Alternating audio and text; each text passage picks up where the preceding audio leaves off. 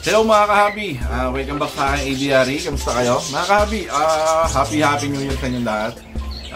Hinihiling ko na sana ay maging fruitful at maging maganda ang pasok ng 2024 sa inyong lahat.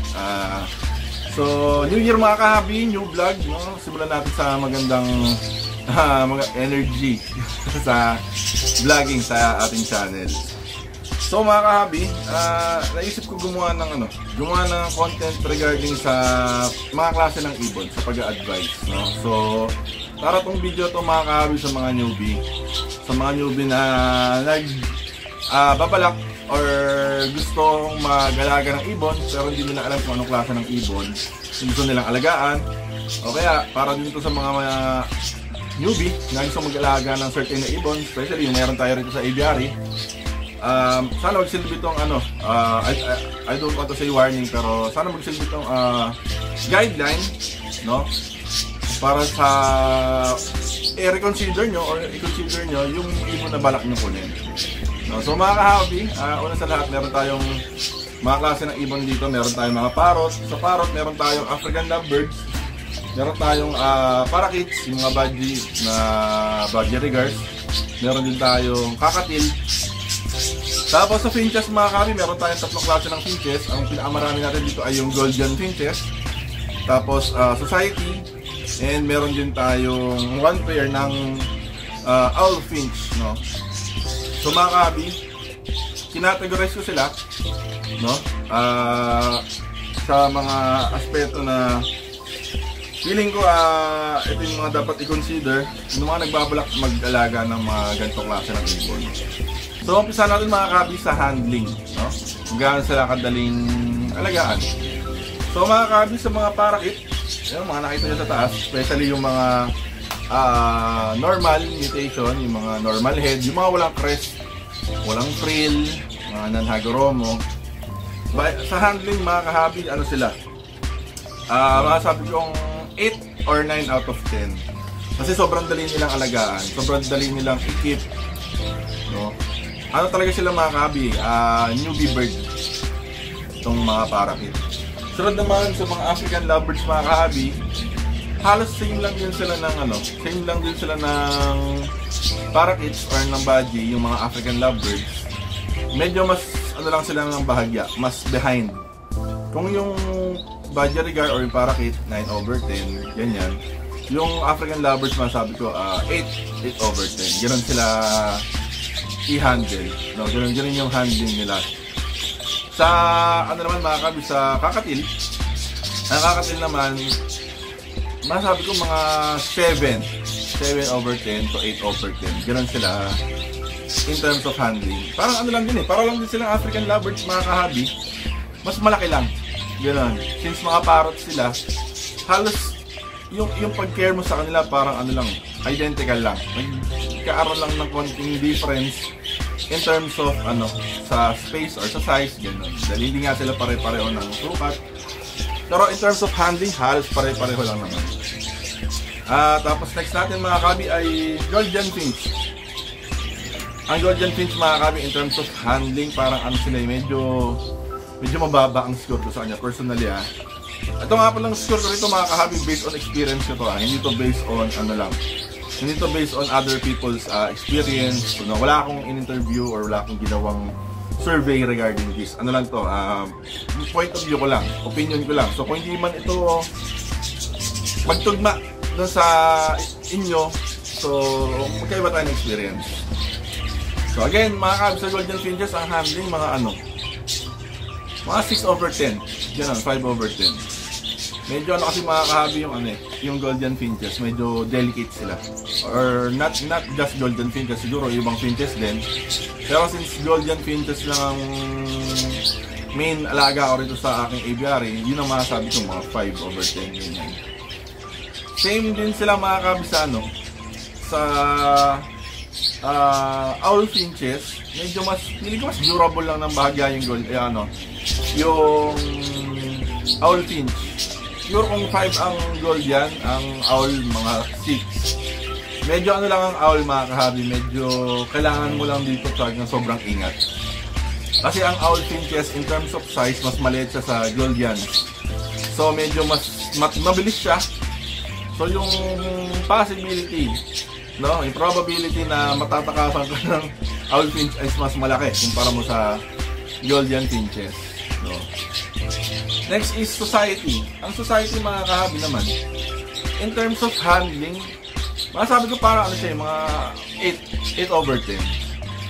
Oo, finches din siya mga kahabi, pero ano kasi,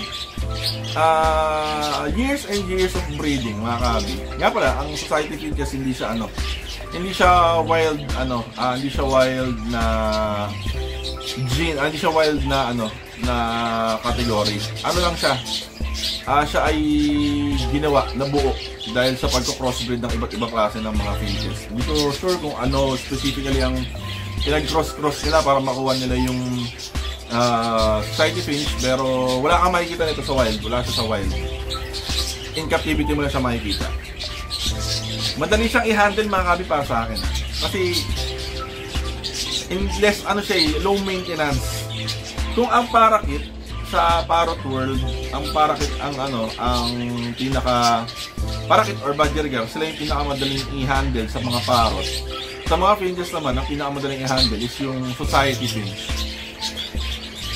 In terms of housing mga kahabi, ang African lovebirds, pwede mo silang i-house using yung standard na double cage, yung 17/30. Tapos pwede mo rin silang i-house using standard double cage. Hahatiin mo sila sa gitna, 15 inch, no? 15 tsaka 15. In terms of housing, hindi naman sila ganoon kaselan. Basta at least minimum meron silang nung kalahati ng double cage, ganoon. Sa parakeet naman mga kahabi, ang parakeet naman parang ganoon din. Yun nga lang ang parakeet, masasabi ko na kasi si Parang Denmark, no, sobrang successful din ni Parang Denmark.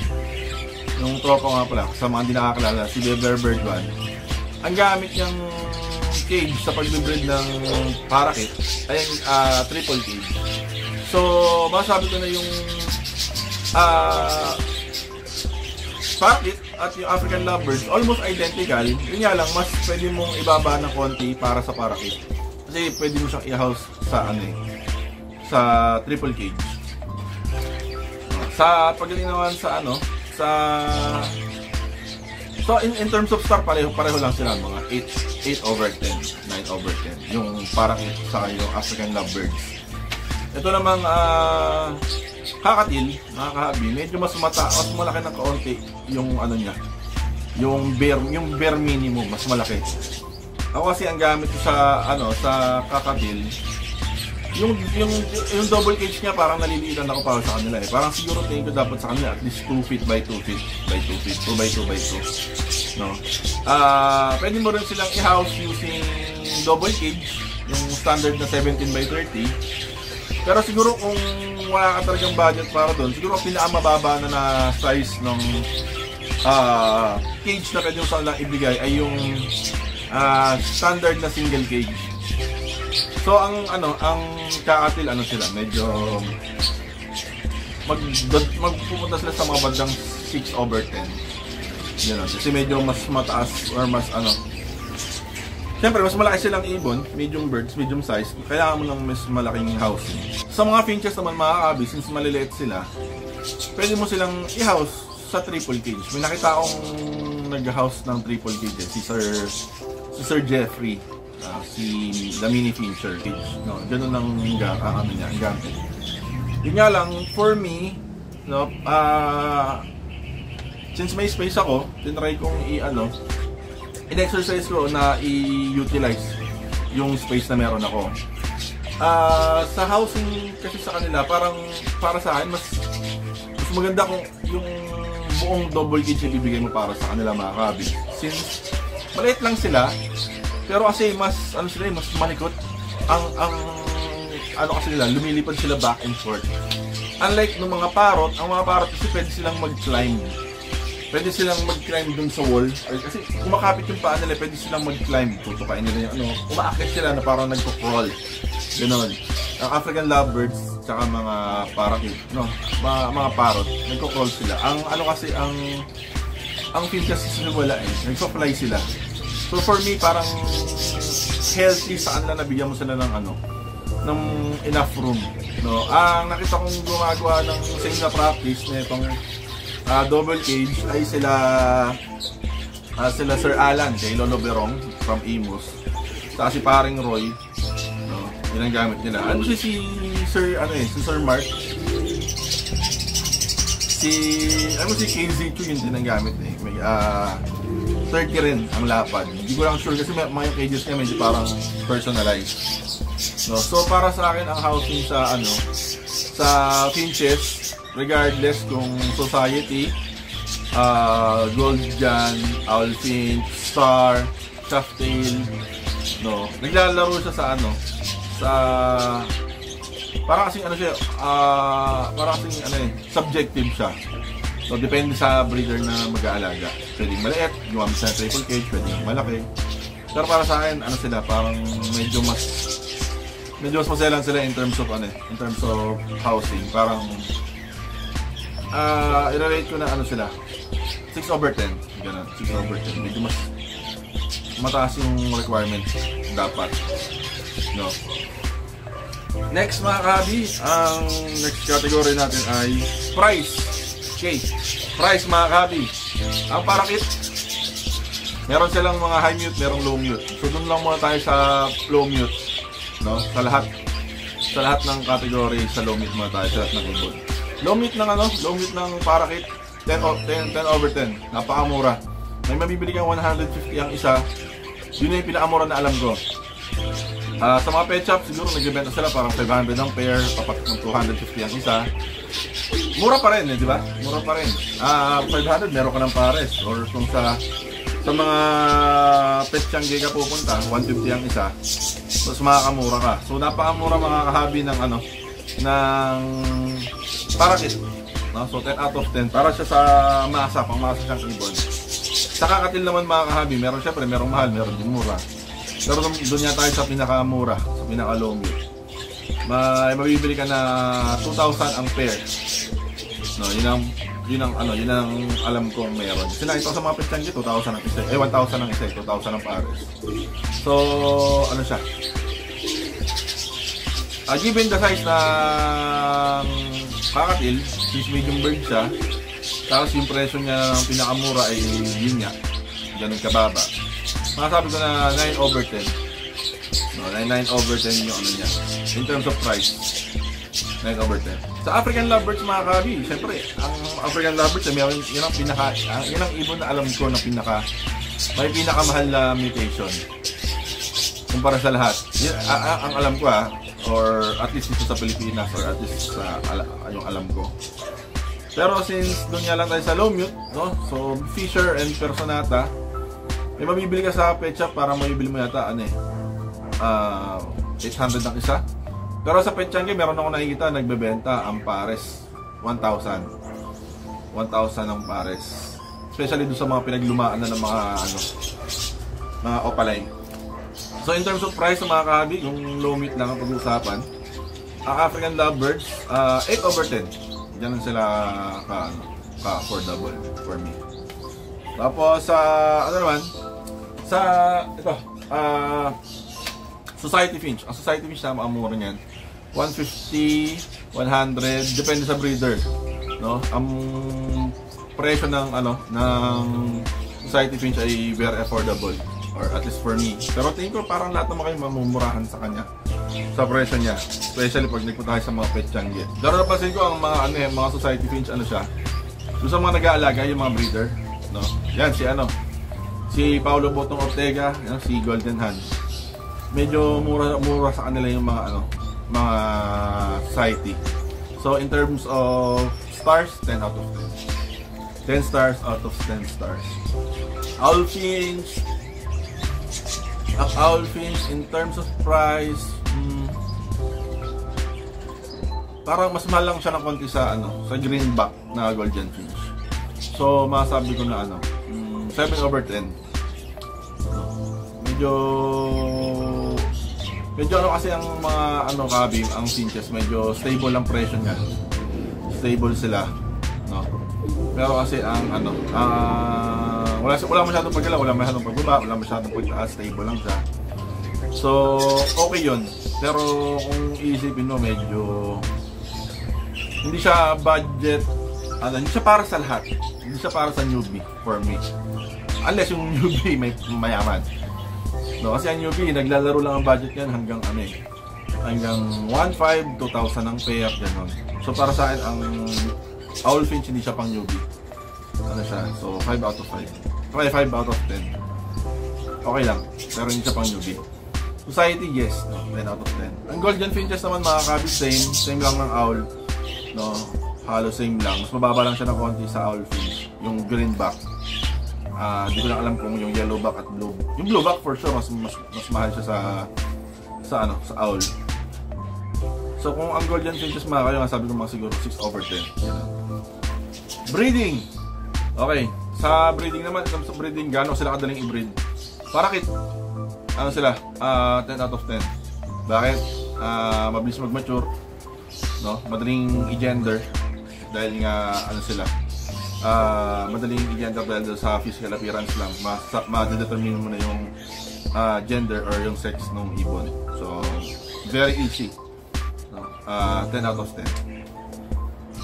Sa nest box kasi, maliit lang din yung requirement nila na nest box. Hindi nila kailangan ng malaking nest box. So, standard lang na at least 6x6x10. Pero kung pwedeng 8x8x10, mas okay. So, very easy silang i-breed. At pag na-breed mo sila, tuloy-tuloy talaga. So, 10 out of 10.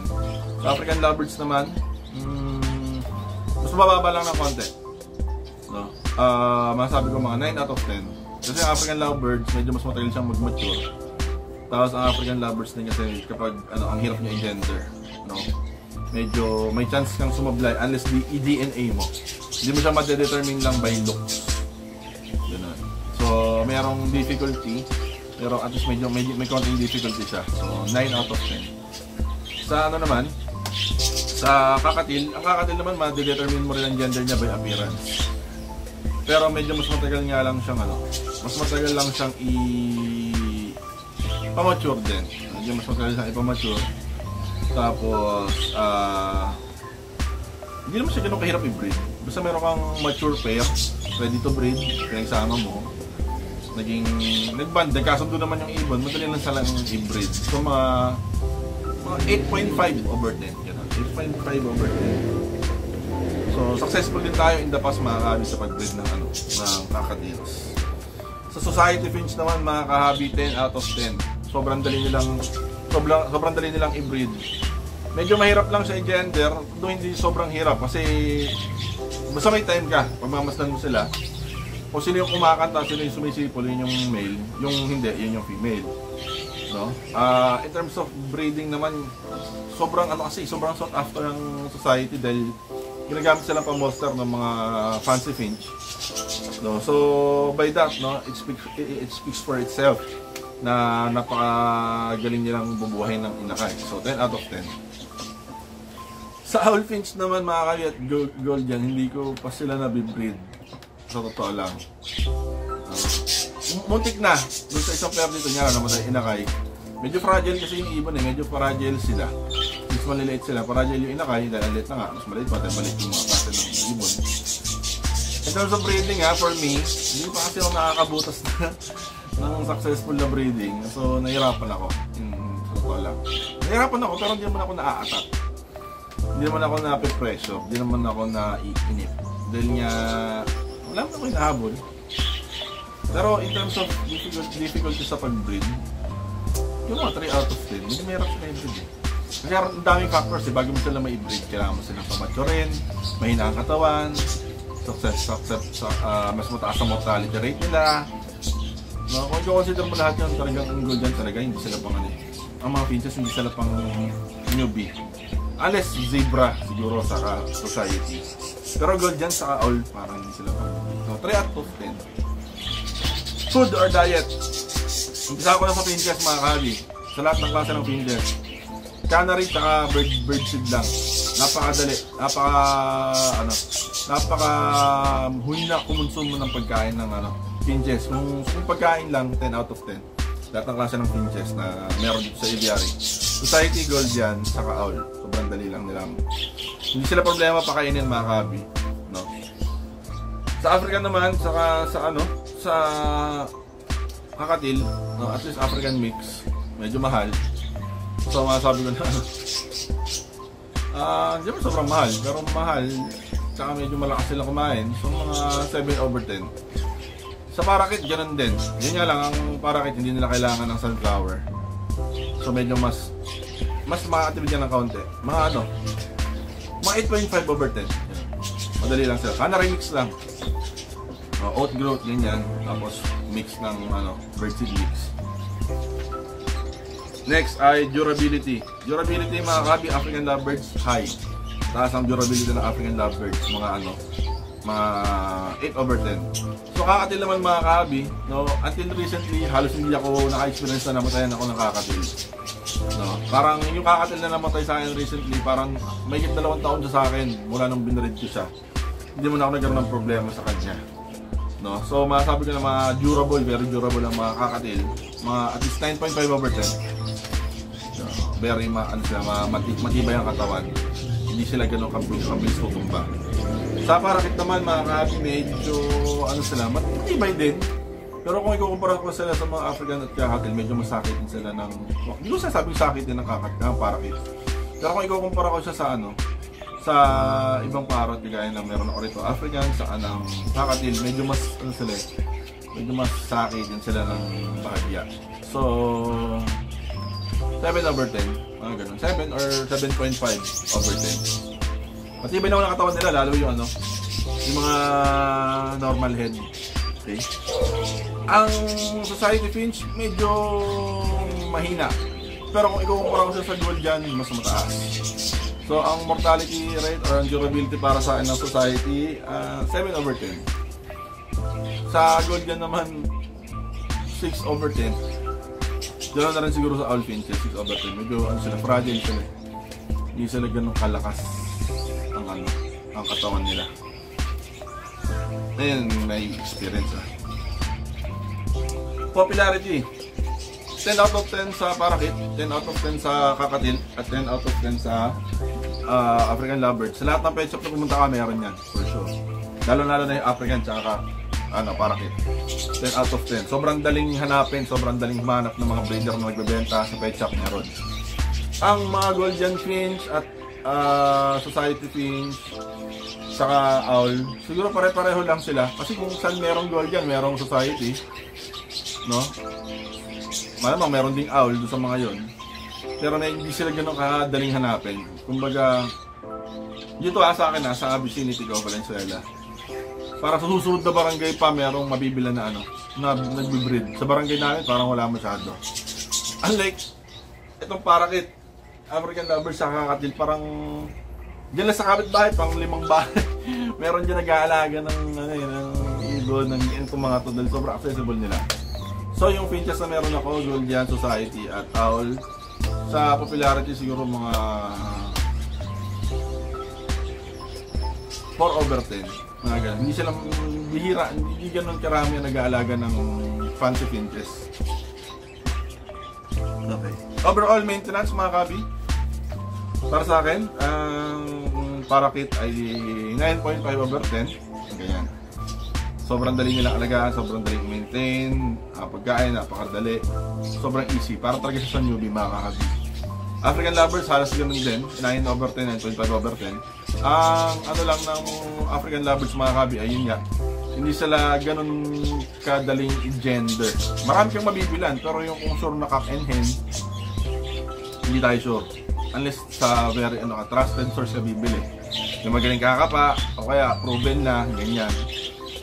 Pero in terms of overall maintenance, madali lang. Housing, lahat yun, sobrang dali lang din. 9/10. Sa kakatil naman, 8/10. So, halos same lang din. Mas malaki lang housing niya. Sa itong mga Golden Finch, hindi ko sila mas recommend sa newbie, sa totoo lang. Hindi sila pang newbie kasi ilan lang namatay sa akin na na golden finch.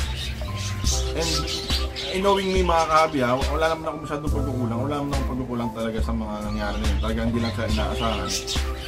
No? Siguro medyo fragile lang din.